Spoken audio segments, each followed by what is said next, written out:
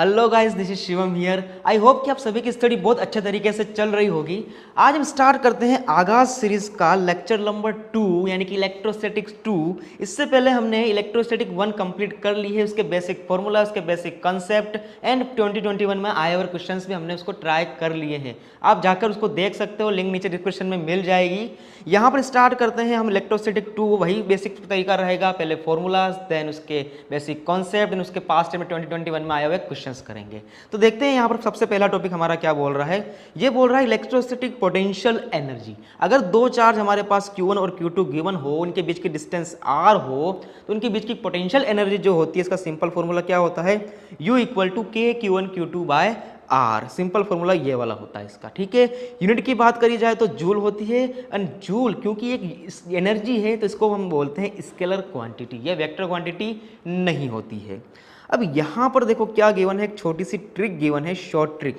किसको फाइंड करने की, पोटेंशियल एनर्जी को फाइंड करने की एक ट्रिक है। इसको यूज कब करना है, जो भी सिस्टम हमें गिवन हो उसमें सारे चार्जेस सेम मैग्नीट्यूड के अगर होते हैं तो इसको हम यूज कर सकते हैं। Use only when all charges have same magnitude. अब देखो सिस्टम किस तरीके से, जैसे कि यहाँ पर एक ट्राइंगल गिवन है, इस ट्राइंगल के तीनों कॉर्नर पर Q Q and Q charge हमें गिवन किए हुए हैं। अब बोला जा रहा है कि सिस्टम की पोटेंशियल एनर्जी निकाल के बताओ। तो हम क्या करते हैं, बेसिकली जो नॉर्मल मेथड, स्टैंडर्ड मेथड वो वाला क्या करते हैं, उसमें सबसे पहले फर्स्ट वाले में Q चार्ज को लेकर आओ, इनफाइनाइट से Q चार्ज को लेकर आओ, देन क्या करो, सेकंड चार्ज को लेकर आओ इनफाइनाइट से, देन उन दोनों की पोटेंशियल एनर्जी निकालो। उसके बाद थर्ड चार्ज को लेकर आओ, देन थर्ड चार्ज के ऊपर 2 एंड 1 दोनों की वजह से पोटेंशियल एनर्जी निकालो, देन उनको सभी को ऐड करो, तब जाके हमारी पोटेंशियल एनर्जी निकल कर आती है।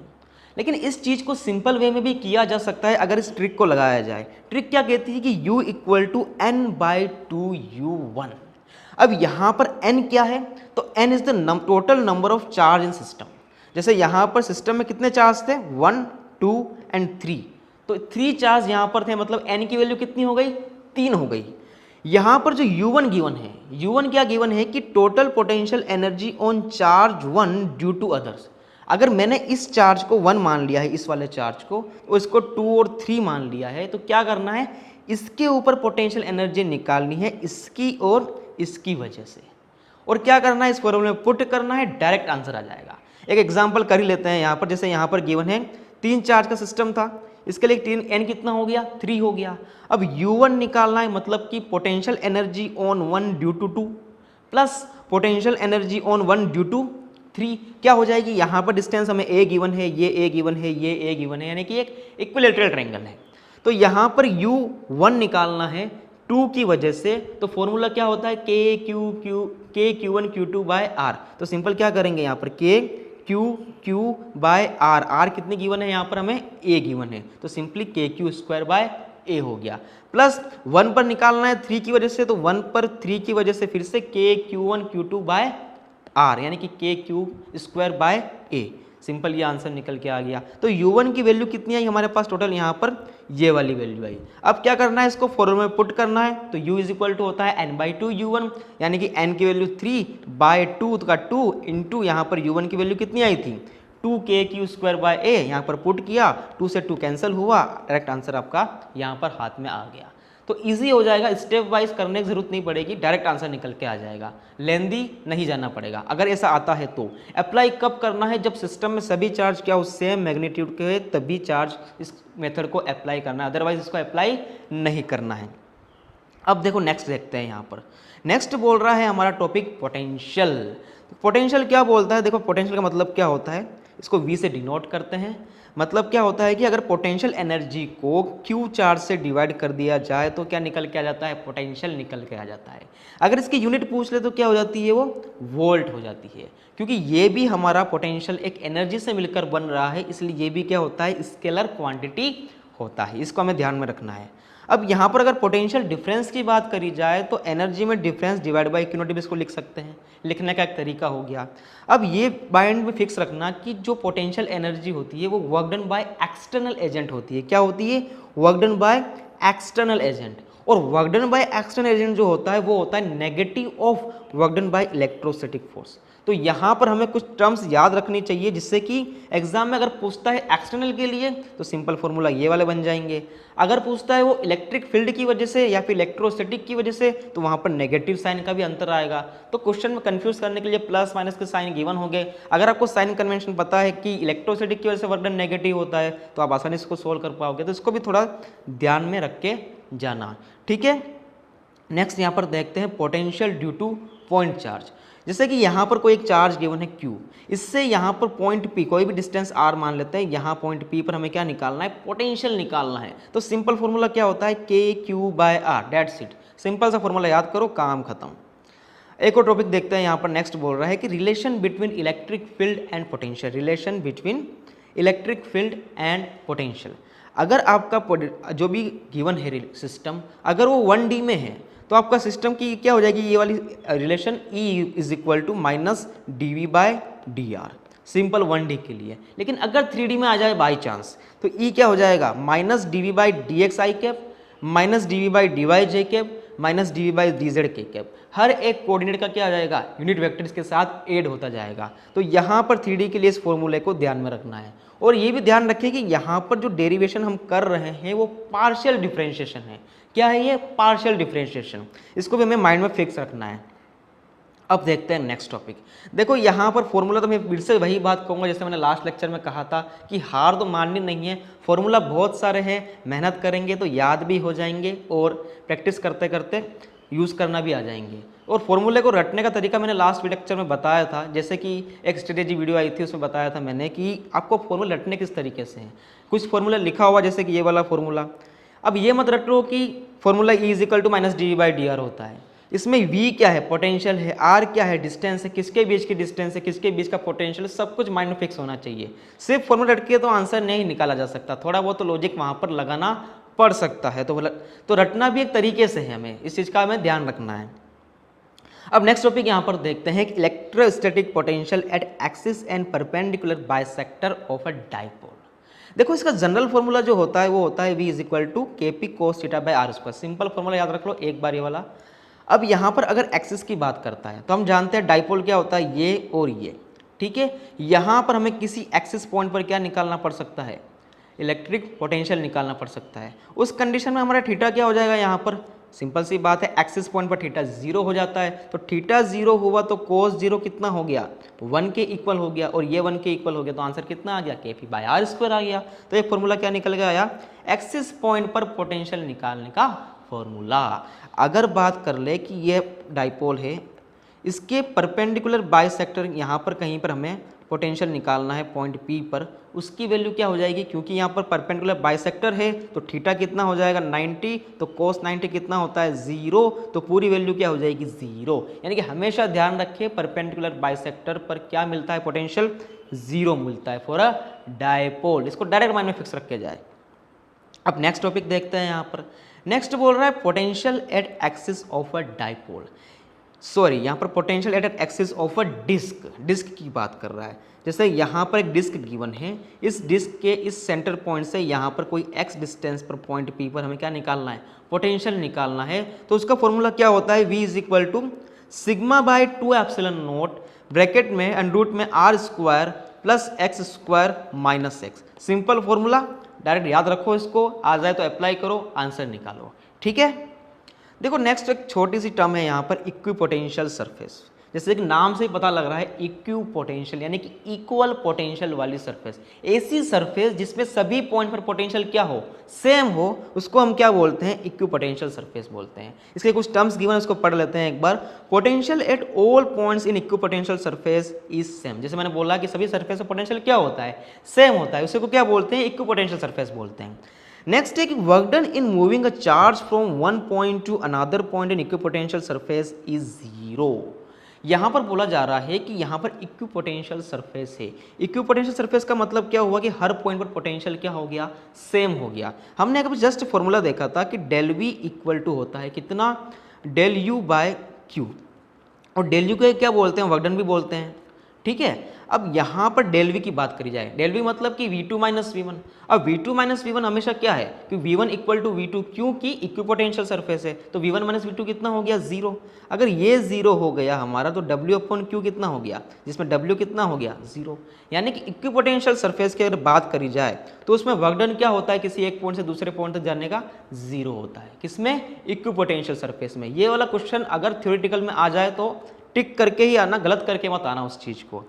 एक और नेक्स्ट पॉइंट बोल रहा है कि electric field lines always perpendicular to the equipotential surface. जो हमारी इक्विपोटेंशियल सरफेस होती है यहाँ पर, ये हमेशा यहाँ पर इलेक्ट्रिक फील्ड लाइंस के परपेंडिकुलर होती है, या उल्टा बोलूँ कि इलेक्ट्रिक फील्ड लाइंस जो है हमेशा इक्विपोटेंशियल सरफेस के परपेंडिकुलर ही रहेगी। ये हमेशा माइंड में फिक्स रखना है इस बात को, ठीक है। तो यहाँ पर हमारा इक्विपोटेंशियल सरफेस का टॉपिक भी फिनिश हुआ। नेक्स्ट देखते हैं यहाँ पर potential energy of a dipole in uniform electric field. अगर मैंने एक डाइपोल को, जैसे कि ये डाइपोल गिवन है ये वाला P, इसको मैंने यूनिफॉर्म इलेक्ट्रिक फील्ड में रखा है, कोई भी एंगल थीटा बना के उस कंडीशन में उसमें कितनी एनर्जी है, वो एनर्जी कैसे बताते हैं हम, इस फॉर्मूले से, माइनस पी डॉट ई।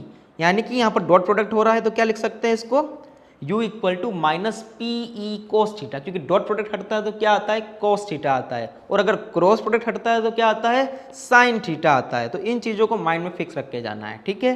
अब यहाँ पर थोड़ा देख लेते हैं कि ये पोटेंशियल एनर्जी किस चीज़ की है, क्योंकि डाइपोल हमारा इलेक्ट्रिक फील्ड में रखा गया है तो इसमें कौन सी एनर्जी आएगी, रोटेशनल एनर्जी इसके अंदर आएगी। तो ये बताता है हमारी रोटेशनल एनर्जी जो एक डाइपोल के अंदर होती है जब इसको यूनिफॉर्म इलेक्ट्रिक फील्ड में रखा जाता है।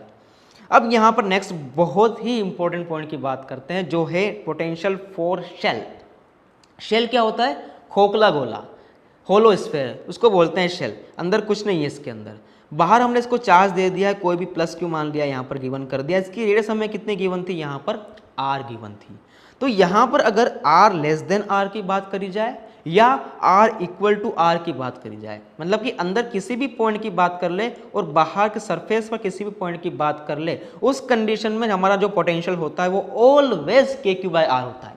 पोटेंशियल क्या होता है, के क्यू बाय आर। हमने जब इलेक्ट्रिक फील्ड पढ़ी थी तो electric field inside the conductor क्या थी, ये वाला शेल के अंदर 0 हो गई थी, पर पोटेंशियल 0 नहीं होता है, पोटेंशियल इज ऑलवेज कॉन्स्टेंट, ठीक है। इसको माइंड में फिक्स रखना है।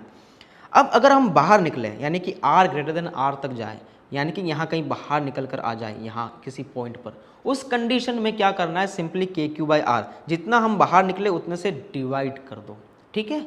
अब पूछ सकता है कि आप इसका ग्राफ बना के दिखाओ, ऑप्शंस गिवन होंगे कि शेल के लिए पोटेंशियल का ग्राफ किस तरीके से वेरी करता है। तो सिंपल ये वाला ग्राफ देखो, यहाँ पर हमने क्या सीखा, अंदर से लेकर सरफेस तक जाओ पोटेंशियल कांस्टेंट है, मतलब कि ये वाला ग्राफ पोटेंशियल क्या है, r इक्वल टू आर तक, r इक्वल टू 0 से r इक्वल टू आर तक कांस्टेंट है। उसके बाद क्या हो रहा है, जैसे जैसे हम r बढ़ाते जाएंगे वैसे वैसे पोटेंशियल क्या होता जाएगा, कम होता जाएगा, तो फाइनल कहीं इनफाइनाइट पर जाके ये 0 हो जाएगा। तो इस तरीके से इसको कम कर देना है। तो ये हुआ graph between the potential and distance for hollow shell, इसको भी याद रख के जाना है। नेक्स्ट देखते हैं यहाँ पर पोटेंशियल एनर्जी फॉर शेल। अगर शेल ये है हमारा, इसके ऊपर चार्ज है कुछ, प्लस क्यू समझ लेते हैं, प्लस क्यू इसके ऊपर बिखरा हुआ है, तो इसके अंदर कुछ एनर्जी तो होगी ना खुद की। वो एनर्जी क्या होती है इसकी, के क्यू स्क्वायर बाई 2r। इसको डायरेक्ट याद रख के जाना, के क्यू स्क्वायर बाई 2r जो इसकी एनर्जी होती है, किसकी, होलो शेल की। अब यही बातें करते हैं हम potential for solid non conducting shell, जैसे कि हमने वहां पर भी की थी इलेक्ट्रिक फील्ड में, उसी तरीके से रिपीटेडली कास्ट है, बस कुछ चीजें इसमें चेंज हो जाएगी। इसमें क्या हो रहा है, फिर से वही होलो नॉन कंडक्टिंग है। अब नॉन कंडक्टिंग है तो चार्ज अंदर फंसा रहेगा, बाहर निकल के नहीं आएगा, रेडियस इसकी r गिवन है। इसमें क्या मेन पॉइंट है कि अगर हम r लेस देन r, यानी कि r अंदर चले जाएंगे, इस गोले के अंदर, इस स्फीयर के अंदर चले जाएं, उस कंडीशन में पोटेंशियल का फॉर्मूला कुछ चेंज हो जाता है। थोड़ा सा टफ है बट प्रैक्टिस से याद हो जाएगा। v इज इक्वल टू के Q by 2r cube 3r square minus r square. इस फॉर्मूले की हेल्प से हम अंदर के किसी भी पॉइंट पर क्या निकाल सकते हैं, पोटेंशियल निकाल सकते हैं। अब अगर r इक्वल टू आर की बात कर ले, तो यानी सरफेस पर ही बात कर ले, उस कंडीशन में क्या करना है, सिंपल के क्यू बाई आर कर देना है, आपका काम हो जाएगा। लेकिन अगर r ग्रेटर देन r पर चले गए तो फिर से वही वाला, जितने से हम डिस्टेंस दूर गए उतने से वैल्यू कम होती जाएगी, के क्यू बाई आर। इसका ग्राफ थोड़ा सा स्पेशल बनता है, इसको याद रख लेना, थोड़ा सा यहाँ पर इसको ध्यान रखना कि किस तरीके से ग्राफ बन रहा है। और यहाँ पर फाइनली अगेन क्या हो रहा है, r इक्वल टू आर पर कम होता जा रहा है। तो अंदर की तरफ कुछ पैराबोलिक रिलेशन बनता है, क्योंकि एक पैराबोलिक इक्वेशन है ये वाली, तो इसको डायरेक्ट याद रखना, कुछ इस तरीके से हमारा ग्राफ बनकर तैयार होता है। अब देखो यहाँ पर इसने वैल्यू लिखी है 3/2 KQ²/R। ये कौन सी वैल्यू है कि अगर मैं R यानी कि 0 ले लूँ, R इक्वल टू क्या ले लूँ मैं 0, यानी कि इसके मिड पॉइंट पर ही अगर मैं निकालने बैठ जाऊँ क्या पोटेंशियल, तो इसकी वैल्यू कितनी आती है 3/2 KQ²/R आती है। ठीक है, अब यहाँ पर नेक्स्ट आगे बढ़ते हैं हम पोटेंशियल एनर्जी के लिए। पोटेंशियल एनर्जी किसकी, इस सॉलिड नॉन कंडक्टिंग स्फीयर की पोटेंशियल एनर्जी, जो यहाँ पर इसकी एनर्जी होती है खुद की, वो होती है 3/5 KQ²/R। बहुत ही इंपॉर्टेंट फॉर्मूला, लास्ट ईयर में इसका क्वेश्चन आया हुआ है 20 या 21 के आसपास। इस फॉर्मूले की हेल्प से क्वेश्चन कंप्लीट होता है, उसको हम करके देखेंगे अभी, तो आपको पता लग जाएगा कि कैसे फॉर्मूले हमारे यूज हो सकते हैं। अब देखो यहाँ पर कुछ न्यूमेरिकल्स हैं, न्यूमेरिकल स्टार्ट करते हैं। सारे न्यूमेरिकल जो 5-6 न्यूमेरिकल होंगे 20-21 में आए हुए यूनिक न्यूमेरिकल होंगे, जिससे कि आपका माइंड बिल्कुल खुल जाएगा कि कैसी तैयारी हमें करके जानी है फॉर जेईई मेंस 2022। तो देखते हैं यहाँ पर फर्स्ट क्वेश्चन क्या बोल रहा है हमारा। फर्स्ट क्वेश्चन ये कह रहा है कि 10 charges are placed on circumference of a circle of radius r। कोई भी एक सर्कल है जिसकी रेडियस r गिवन है, उसके ऊपर 10 चार्जेस रखे गए हैं with constant angular separation between successive charges. मतलब कि 10 के 10 चार्जेस इस तरीके से रखे गए हैं कि उनके बीच का जो एंगल बन रहा है ना, वो सबके बीच में क्या बन रहा है, बिल्कुल सेम बन रहा है। नेक्स्ट क्या बोल रहा है फिर ये, alternate charges 1, 3, 5, 7, 9 have charges plus q। जो भी चार्जेस 1, जैसे नाम दे दिए 1, 2, 3, 4, 5, 6, 7, 8, 9, 10, इनको नाम दे दिया। तो अब यहाँ पर जो 1, 3, 5, 7, 9 जो थे ओड नंबर वाले, उन पर रखा प्लस q चार्ज, और जितने भी यहाँ पर इसने इवन वाले थे उस पर रखा इसने माइनस q चार्ज। ठीक है, अब potential V and the electric field E at the centre of the circle are respectively. हमें क्या करना है, बेसिकली इस पॉइंट के ऊपर मान लेते हैं O पॉइंट है, इस पर क्या निकालना है, इलेक्ट्रिक फील्ड भी निकालनी है एंड पोटेंशियल भी निकालना है। तो अब देखो पोटेंशियल क्या होता है, हमारा स्केलर क्वांटिटी होती है, ध्यान रखना है यहाँ पर पोटेंशियल क्या होता है, हमारा स्केलर क्वांटिटी होती है। तो बेसिकली क्या करेंगे हम यहाँ पर, यहाँ देखो 5 तो हमारे पास क्या है प्लस q, और 5 ही हमारे पास क्या है माइनस q। 5 प्लस q और 5 माइनस q है, और हमें निकालनी पोटेंशियल कहाँ है, इस डिस्टेंस पर। रेडियस कितनी गिवन है हमें, r गिवन है, तो इसकी वजह से यहाँ निकालना है, इसकी वजह से यहाँ निकालना है, इसकी वजह से यहाँ निकालना है, इसकी वजह से यहाँ निकालना है, इस तरीके से हमें करते जाना है। तो हम बेसिकली करेंगे क्या, फाइनली हमारे पास आंसर आएगा क्या। सबसे पहले मान लेते हैं कि प्लस q चार्ज जितने भी है उनकी वजह से पोटेंशियल निकाल लेते हैं, तो V1 मान लेते हैं उसको, क्या आंसर आएगा सबसे पहले 5 KQ/R, क्योंकि चार्ज कितने टोटल 5 बार KQ/R KQ/R KQ/R करोगे टोटल कितना हो जाएगा 5 KQ/R। देन हम निकालते हैं V2 माइनस q चार्ज की वजह से, तो 5 टाइम्स हम क्या करेंगे, 5 टाइम करेंगे हम KQ/R विथ माइनस साइन, इस तरीके से करेंगे। अब देखो ये पॉजिटिव ये नेगेटिव, तो नेट पोटेंशियल कितना आया V1 प्लस V2 जो कि क्या है 0 के इक्वल हो गया, तो पोटेंशियल तो हमारा 0 यहाँ पर आ गया। अब बात करते हैं थोड़ी सी इलेक्ट्रिक फील्ड के बारे में। तो देखो एक चीज़ समझने वाली यहाँ पर लग रही है कि अगर मैं देखूँ इस वाले चार्ज की वजह से यहाँ पर इलेक्ट्रिक फील्ड कहाँ होगी, तो वो इस डायरेक्शन में होगी। ठीक है, ये समझ में आता है।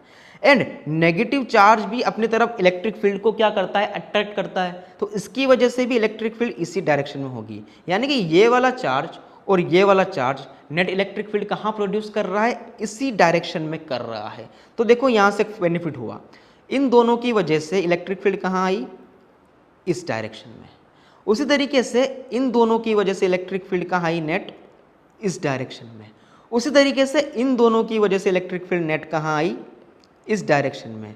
उसी तरीके से इसकी वजह से और इसकी वजह से इलेक्ट्रिक फील्ड कहाँ आई, नेट इस डायरेक्शन में, और इसकी वजह से और इसकी वजह से नेट कहाँ आई, इस डायरेक्शन में। तो अब खुद बताओ मुझे यहाँ पर तीनों की यहाँ पर जितनी 5 नेट निकली, एक यहाँ पर 1 2 3 4 और 5, पांचों के पांचों नेट एक दूसरे को कैंसिल कर रहे हैं, क्योंकि दोनों की देखो पांचों की यहाँ पर क्या बन चुकी है, सिमेट्री बन चुकी है, सभी सेम एंगल पर है, तो एक दूसरे को कट कर देंगे, तो यहाँ पर नेट इलेक्ट्रिक फील्ड भी कितनी आ गई, 0 आ गई। इस क्वेश्चन को सोल्व करने की जरूरत नहीं थी, इसको माइंड की जरूरत थी। अगर सोच के किया जाए, माइंड लगाया जाए तो आंसर आसानी से निकाला जा सकता था। तो यहाँ पर मैच करते हैं, ऑप्शन कौन सा आ रहा है, ऑप्शन ए वाला हमारा करेक्ट आंसर हो गया। नेक्स्ट आगे बढ़ते हैं, नेक्स्ट क्वेश्चन देखते हैं क्या बोल रहा है। देखो ये बोल रहा है कि two isolated conducting spheres S1 and S2 of radius 2r/3 and r/3 have 12 microcoulomb and -3 microcoulomb charge respectively. दो कोई भी स्फेयर हमारे पास गिवन है, मान लिया हमने 2r/3 का ये रहा एंड r/3 का ये रहा, इसके ऊपर कितना का चार्ज है 12 माइक्रोकुलाम और इसके ऊपर कितना -3 माइक्रोकुलाम, दोनों चार्ज इसके ऊपर गिवन थे and are at large distance from each other, दोनों को बहुत ही दूरी पर रखा गया था, ठीक है। They are now connected by a conducting wire. अब इनको क्या किया कि कनेक्टिंग वायर जो भी था कंडक्टिंग वायर उससे कनेक्ट कर दिया। देन क्या बोल रहा है, a long time after this is done is the charges on S1 and S2 are respectively. मतलब बहुत टाइम के बाद S1 स्फेयर और S2 स्फेयर पर कितना कितना चार्ज बचेगा वो हमें निकालना है। तो देखो यहाँ पर क्या हो रहा है उसको समझते हैं। सबसे पहले यहाँ पर हमने इसको किससे कनेक्ट कर दिया, एक वायर से कनेक्ट कर दिया। तो यहाँ पर क्या होगा, इसके पास चार्ज का एक्सेस है, तो चार्ज कहाँ जाएंगे, higher potential to lower potential. तो देखो यहाँ पर पॉजिटिव चार्ज है मतलब इसका पोटेंशियल ज़्यादा हो गया, ये नेगेटिव चार्ज है मतलब इसका पोटेंशियल कम हो गया। तो यहाँ से चार्ज इसके अंदर थोड़े बहुत ट्रांसफर करेंगे। तो देखते हैं किस तरह से ट्रांसफर होंगे। मान लेते हैं कि यहाँ से यहाँ तक Q चार्ज ट्रांसफर हो गया, तो यहाँ कितना गया -Q, तो यहाँ कितना ऐड हो गया +Q। यहाँ से Q की कमी हुई तभी तो यहाँ पर +Q ऐड हो गया ना, ठीक है। अब ये कब तक चलता रहेगा ट्रांसफर, जब तक कि इक्विपोटेंशियल सरफेस ना आ जाए, क्योंकि हम जानते हैं कि इक्विपोटेंशियल सरफेस पर चार्ज का फ्लो पॉसिबल नहीं हो पाता है। तो जब मेरा V1 = V2 हो जाएगा उस कंडीशन में मेरा चार्ज का फ्लो रुक जाएगा। V1 किसके लिए, S1 के लिए, और V2 किसके लिए, S2 के लिए। तो देखते हैं V1 की वैल्यू कितनी आती है। फाइनली हम मान लेते हैं कि इसके ऊपर इतना चार्ज बच गया, तो V1 की वैल्यू कितनी हो जाएगी, KQ/R। तो KQ कितना है यहाँ पर 12 - Q, R कितनी गिवन है हमें इसकी 2r/3, तो 2r/3 इसको ऊपर लिख देते हैं, ठीक है। ये V1 निकल के आ गया। अब निकाल लेते हैं V2 मान लेते हैं इसके पास नेट इतना चार्ज फाइनली बच गया, तो K -3 + Q R/3, इसकी एडेस कितनी हो गई, R/3 हो गई। तो V1 हमारा आ गया और V2 भी हमारा आ गया। अब क्या करना है, V1 को V2 के इक्वल कर दो, आंसर निकाल दो। क्या करना पड़ेगा, 3K 12 - Q/2R। देन यहाँ पर 3K -3 + Q/R, R से R कैंसल, 3K से 3K कैंसल। अब इनको सिंपली सोल्व कर दो, क्या हो जाएगा आंसर। यहाँ पर देखो, यहाँ पर इसको मल्टीप्लाई करते हैं, 12 - Q, 2 को यहाँ भेज दो, कितना हो जाएगा -6 + 2Q। यहाँ पर कितना आया 3Q = 18, Q = कितना आ गया मेरे पास 6 माइक्रोकुलाम। Q आया मेरा यहाँ पर 6 माइक्रोकुलाम। इसका मतलब क्या हुआ, इसको यहाँ पर पुट करो, यहाँ इन दोनों वैल्यूज़ पर पुट करो, तो यहाँ पर वैल्यू निकल के आती है 12 - 6 कितना 6 माइक्रोकुलाम, एंड यहाँ पर पुट करेंगे तो -3 + 6 कितना हो गया, यहाँ पर ये हो गया हमारा 3 माइक्रोकुलाम। तो दोनों पर चार्ज कितना बचा finally 6 microcoulomb and 3 microcoulomb. Answer match करके देखते हैं, 6 माइक्रोकुलाम एंड 3 माइक्रोकुलाम, यानी कि थर्ड ऑप्शन हमारा यहाँ पर करेक्ट हो गया। इस क्वेश्चन के अंदर बहुत अच्छा कॉन्सेप्ट है इक्विपोटेंशियल सरफेस का, जहाँ पर चार्ज का फ्लो रुक जाता है। क्यों, क्योंकि वहाँ पर पोटेंशियल क्या हो गया है, सेम हो गया है। तो एक बहुत ही इंपॉर्टेंट क्वेश्चन, इसको ध्यान में रखें और प्रैक्टिस जरूर करें एक बार इसकी। देखते हैं फिर से एक शानदार क्वेश्चन यहाँ पर दे रखा है 3rd नंबर का, body having specific charge 8 microcoulomb पर ग्राम। अब ये कौन सा टर्म आ गया सर, स्पेसिफिक चार्ज, हमने तो आज तक सुना ही नहीं स्पेसिफिक चार्ज क्या होता है। अभी समझ में आ जाएगा क्या होता है, बस तुम्हें कंफ्यूज करने के लिए दे रखा है। यहाँ देखो कुलाम पर ग्राम, अभी समझ में आ जाएगा। Is resting on a frictionless plane at a distance 10 centimetre from the wall. यहाँ पर कोई भी एक मास गिवन है, ये यहाँ से कितनी डिस्टेंस पर है, वॉल से 10 सेंटीमीटर की डिस्टेंस पर हमें गिवन कर रखा है। देन ये पूछ रहा है कि it starts moving towards the wall when a uniform electric field of 100 volt per metre is applied horizontally towards the wall. यहाँ पर हम क्या करते हैं कि 100 वोल्ट पर मीटर की इलेक्ट्रिक फील्ड प्रोवाइड करते हैं इसके अंदर इस तरीके से। तो ये क्या करता है, वॉल सॉरी ये वाला जो ब्लॉक है यहाँ पर चलना शुरू कर देता है। तो पूछ रहा है कि if the collision of the body with the wall is perfectly elastic, यानी कि जब ये बॉडी यहाँ से टकराएगी उस कंडीशन में कोई लॉसेस नहीं होंगे, जितने वेलोसिटी से टकराएगी उतने से फिर से क्या हो जाएगी, रिवर्स हो जाएगी। इसका मतलब ये हुआ इलास्टिक कोलिजन का मतलब। तो पूछ रहा है then the time period of the motion will be, time period of the motion will be. सबसे पहले देखो कि इसने टाइम पीरियड का पूछा ही क्यों, इस चीज़ को माइंड में लेके आओ। सबसे पहले तो इसने बोला फ्रिक्शनलेस सरफेस है, इलेक्ट्रिक फील्ड दे दी है, कोलिजन इलास्टिक है, इसका मतलब क्या हुआ कि एनर्जी कहीं लॉस नहीं होगी। ये यहाँ से स्टार्ट करेगा u इक्वल टू 0 से, ये यहाँ पर जाएगा, मान लेते हैं कि v वेलोसिटी से पहुँच गया, ये फिर से v से ही घूम जाएगा और धीरे धीरे करके यहाँ पर रेस्ट पर आ जाएगा, क्योंकि इसको क्या है इलेक्ट्रिक फील्ड हमने यहाँ पर दी है। तो इस पर ये जब ये यहाँ पर घूमकर आ रहा होगा उस कंडीशन में ये इलेक्ट्रिक फील्ड इसको क्या करेगी, अपोज करेगी, तो इसको फिर से यहाँ पर रोक देगी। अब फिर से वापस इलेक्ट्रिक फील्ड की वजह से यहाँ पर जाएगा, फिर से यहाँ पर आएगा, फिर से यहाँ पर जाएगा, फिर से यहाँ पर आएगा, तो सिस्टम क्या करेगा, चलता जाएगा चलता जाएगा। इसलिए इसने पूछा कि इसका टाइम पीरियड कितना हो जाएगा। अब इसको सोचने का तरीका देखो, यहाँ पर हम यहाँ पर जितनी भी एनर्जी देंगे ये यहाँ पहुँचेगी, फिर से घूम के यहाँ आ जाएगा, मतलब लॉसेस तो इसका होना नहीं है। तो यहाँ पर देखो ये किस एक्सेलरेशन से वहाँ पर जा पा रहा है, मतलब बात करें इसकी सिंपल तरीके से तो इस पर फोर्स कितना लग रहा है, तो फोर्स तो इस पर इतना ही लगेगा, F is equal to Q E. क्या लगेगा, F is equal to Q E. अब यहाँ पर बताओ मुझे F क्या होता है, एम ए होता है ना, होता है। तो A की वैल्यू कितनी आ गई, क्यू ई बाय एम आ गई, ये आ गया हमारा एक्सेलरेशन। क्योंकि इसको निकालने का फायदा बताओ तुम्हें क्या हुआ, हमें निकालना क्या है, बेसिकली यहाँ पर टाइम पीरियड निकालना है। तो देखो यहाँ पर इसने डिस्टेंस कितनी ट्रैवल की है, 10 सेंटीमीटर, यानी कि x हमें कुछ ना कुछ गिवन है। x is equal to formula क्या होता है, ut plus half A T square, ठीक है। यहाँ पर इसकी इनिशियल वेलोसिटी भी क्या थी, 0 थी, रेस्ट पर गिवन था, तो यहाँ पर ये टर्म भी 0 हो गया। x हमें गिवन है, हाफ a हम भी निकाल लेंगे, तो हमें निकालना क्या रहा, टाइम निकालना रहा यहाँ से यहाँ तक पहुँचने का। अब देखो यहाँ पर कैसे कर सकते हैं इस चीज़ को, सबसे पहले हमें क्या निकालना पड़ेगा, इसके लिए एक्सेलरेशन निकालना पड़ेगा। तो एक्सेलरेशन की वैल्यू कितनी थी, क्यू ई बाय एम। अब यहाँ पर देखो तुम, चार्ज पर यूनिट मास, और हमें क्या गिवन है यहाँ पर, चार्ज पर यूनिट मास। जो स्पेसिफिक चार्ज है, जो कंफ्यूज करने की टर्म दे रखी थी, इसको यहाँ पर सिंपल तरीके से हम क्या कर सकते हैं, यूज़ कर सकते हैं। लेकिन यहाँ पर देखो हमें सभी चीज़ें किस में गिवन है, यहाँ पर जैसे वोल्ट पर मीटर एसआई में गिवन है यहाँ पर, तो इसको भी तुम एसआई में यानी कि जो सेंटीमीटर ये ग्राम में गिवन है इसको क्या कर दो, केजी में चेंज कर दो। तो इसके लिए क्या करेंगे, मास इसकी वैल्यू में क्या गिवन है, क्यू बाई एम की 8 माइक्रो कूलाम पर ग्राम, इस तरीके से गिवन है। देन इलेक्ट्रिक फील्ड गिवन है, ठीक है। तो हम क्या करेंगे कि 8 माइक्रो की वैल्यू कितनी होती है, 10 टू पावर माइनस 6, एंड ग्राम को किसमें बदल दो, किलोग्राम में, तो 10 टू पावर माइनस 3 हो जाएगा। देन इलेक्ट्रिक फील्ड की वैल्यू हमें गिवन है यहाँ पर 100 वोल्ट पर मीटर, तो सिंपल क्या करेंगे 100 कर देंगे यहाँ पर। अब इसको सोल्व करो, कितना आएगा, 10 टू पावर माइनस 3 बच जाएगा ऊपर, और फाइनल निकल के आएगा यहाँ पर 0.8। तो एक्सेलरेशन कितना आ गया हमारे पास, 0.8 मीटर पर सेकेंड स्क्वायर। अब क्या करो, इसको यहाँ पर पुट कर लो। अब देखो x की वैल्यू कितनी गिवन है हमारे पास, 10 सेंटीमीटर गिवन है, इसको मीटर में कितने करेंगे, चेंज करेंगे तो क्या आ जाएगा, 0.1 मीटर। तो सिंपल कर दो इसको, 0.1 मीटर, यानी कि 0.1 सिंपल लिख दो यहाँ पर, 0.1 इक्वल टू फॉर्मूला क्या बोल रहा है यहाँ पर, हाफ ए टी स्क्वायर। तो हाफ ए कितना गिवन है, 0.8 इंटू टी स्क्वायर जो हमें निकालना है।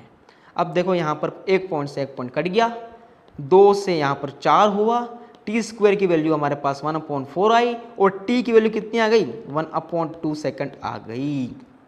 मतलब क्या हुआ कि हमें यहाँ से यहाँ तक पहुँचने में कितना टाइम लगा, 1 सेकंड।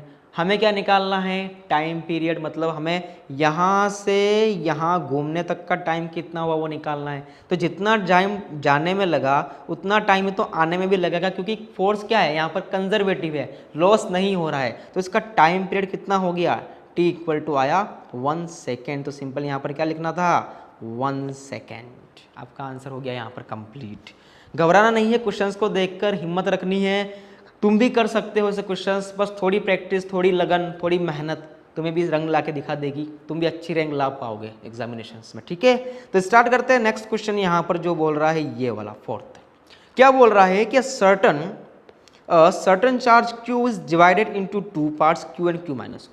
एक चार्ज गिवन था टोटल Q, इसको Q में, स्मॉल q में और Q माइनस Q में तोड़ दिया, 2 चार्ज में इसको डिवाइड कर दिया।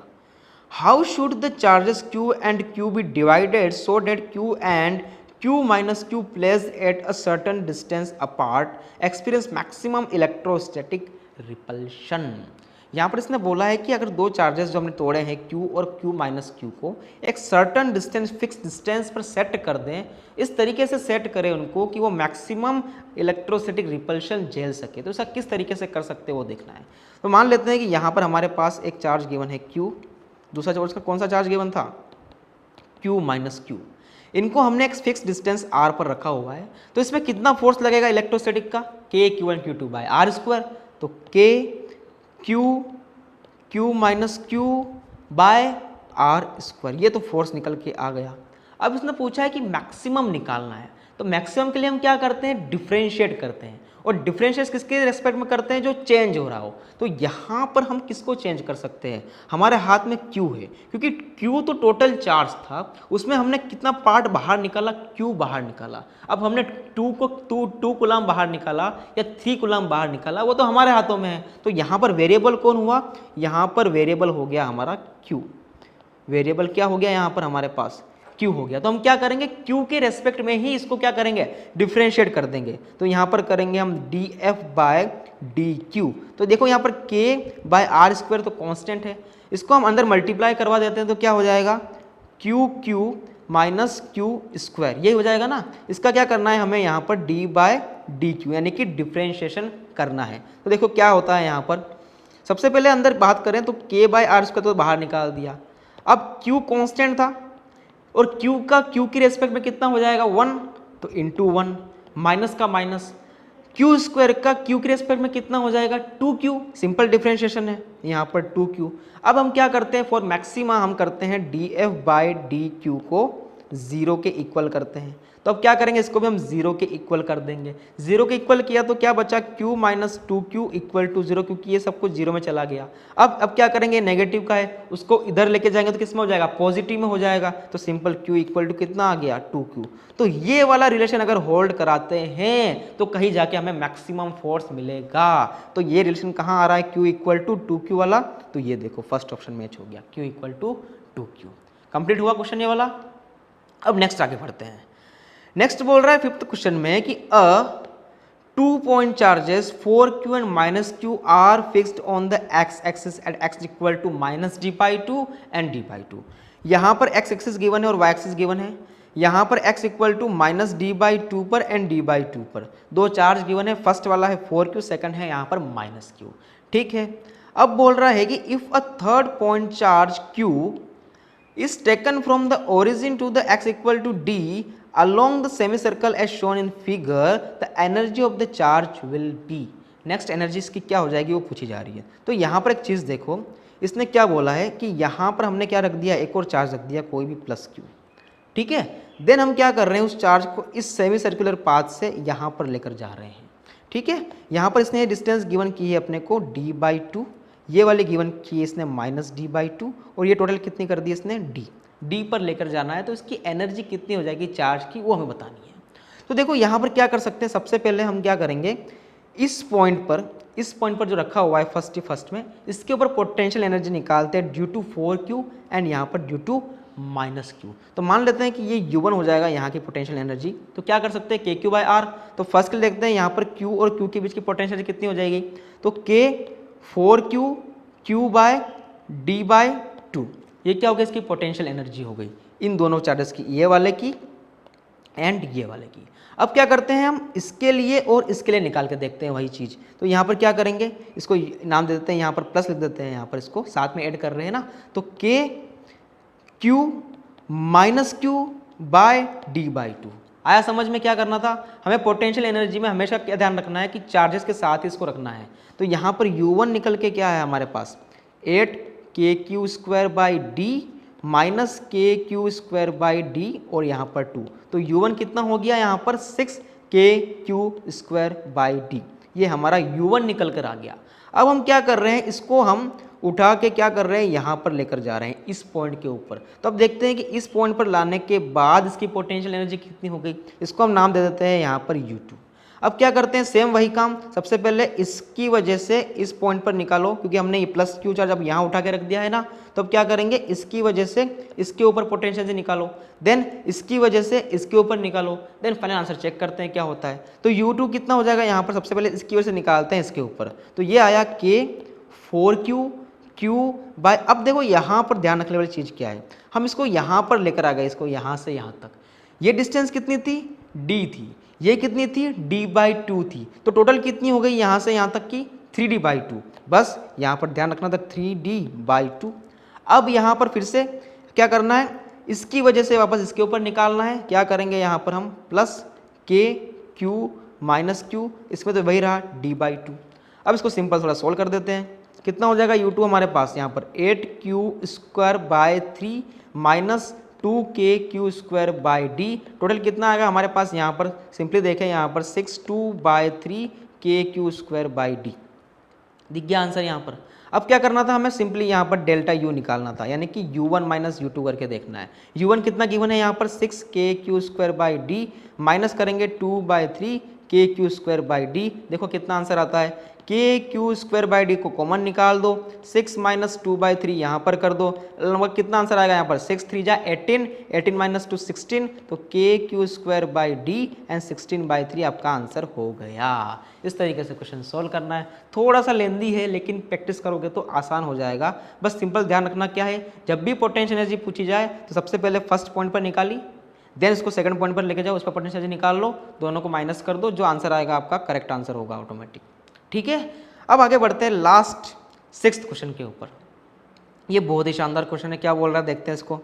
ये बोल रहा है कि 27 similar drops of mercury are maintained at 10 volt each. हर एक बॉल को जो मर्क्यूरी की है उसको 10 वोल्ट पर मेंटेन किया जाता है। All these spherical drops combine into a single big drop. Then क्या किया कि सभी 27 बॉल्स को मिक्स करके कंबाइन करके एक बड़ी बॉल बना दी। तो बोल रहा है कि potential energy of the bigger drop is इतना times that of smaller drop, यानी कि पोटेंशियल एनर्जी का रिलेशन बताना है स्मॉल के लिए और बड़ी वाली के लिए। तो देखते हैं इसको हम क्या कर सकते हैं इसके अंदर। अब सबसे पहले एक बताओ मुझे बात, एक मर्क्यूरी की बॉल है, एक ड्रॉप है, मतलब वो अंदर से भी क्या है, भरी हुई है, अंदर से भी फिल है, इसका मतलब क्या है, वो सॉलिड स्फीयर हो गया।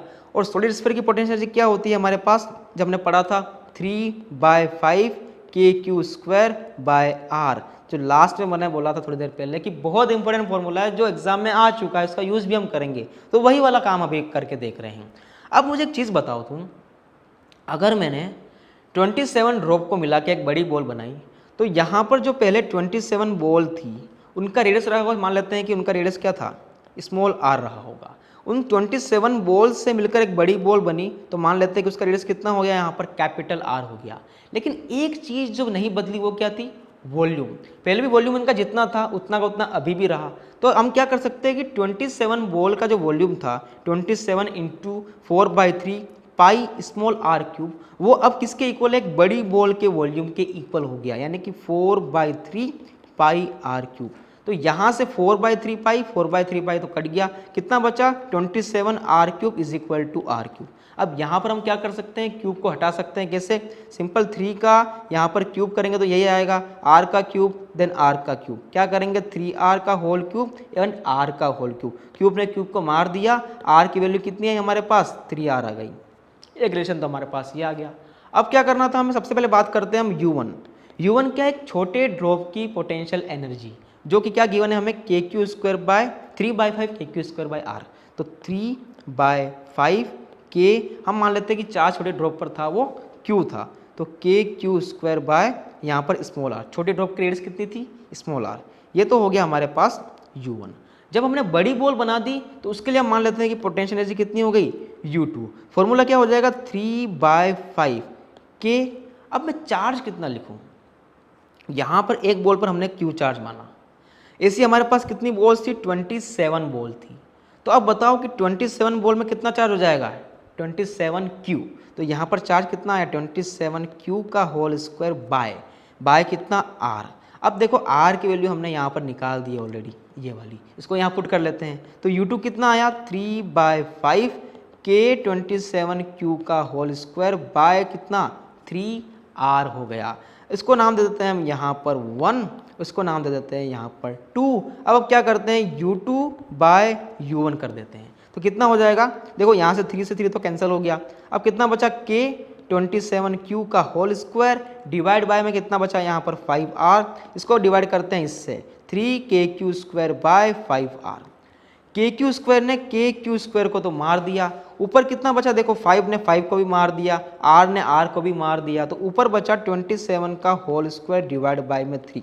इसकी वैल्यू कितनी आएगी, यहाँ पर आएगी 243। तो u2/u1 कितना आया मेरे पास 243 आया, यानी कि U2 आया 243 टाइम्स ऑफ U1। आपका यही तो आंसर है। उसने पूछा क्या था, उसने पूछा the potential energy of a bigger drop is इतना times that of a smaller drop. तो कितना टाइम आई वो, इतना time 243 times of a smaller drop. तो यहाँ पर 6 नंबर का क्वेश्चन भी कंप्लीट हुआ और ये लेक्चर भी कंप्लीट यहाँ पर हो चुका है। तो आई होप कि आपको ये चीज़ें समझ में आई होगी कि कैसे क्वेश्चंस पास्ट ईयर में पूछे जा रहे हैं, किस तरीके से हमें फॉर्मूलाज को यूज़ करने हैं और किस तरीके से ये हेल्पफुल रहेंगे एग्जाम में क्वेश्चंस को आसान करने के लिए। जैसे लास्ट क्वेश्चन ये देख लो, अगर ये फॉर्मूला याद ना होता तो आई थिंक ये क्वेश्चन सोल्व कर पाना आसान नहीं था, क्योंकि वहाँ पर डिराइव करना फॉर्मूला इम्पॉसिबल जैसी बात हो जाती है।